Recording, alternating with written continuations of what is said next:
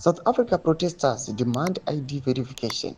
for patients at Kalafong Hospital, vowel to block foreigners. Sana pinda mashikobuda nyuko panapa hatikuna kuti South Africa yazviramba panguva ino maforeigners ari munyika South Africa voendeswa chimoto noda kuti South Africa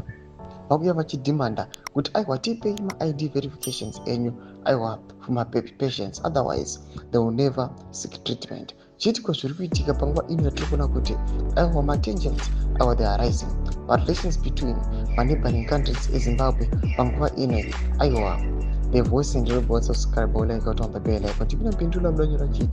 A group of South Africans has vowed to continue their protests outside the Kalafong provincial tertiary hospitals in Sadc Township, blocking foreign nationals from accessing healthcare services. The protesters, calling themselves Concern Chwane Residents CTR, argued that the presence of foreign nationals is straining the public healthcare budget, which they claim was not allocated to accommodate them. Ndomashika kuda panapa avari kumblena chimba chimwe aiwa isusu panguva ino tototadza kutowana healthcare system inonyasa kuti satisfy inotibvutsa nokuda kumaforeigners as suppose when these budgets they are crafted nenge chingocraftwa only for South Africans, but panguva ino kuri kuonekwa kunzi maforeigners vamwe vari illegal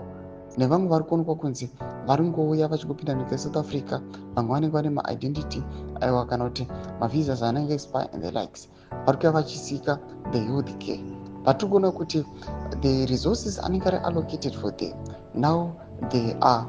in short supply just because of these foreigners vari kuya vachitora aiwa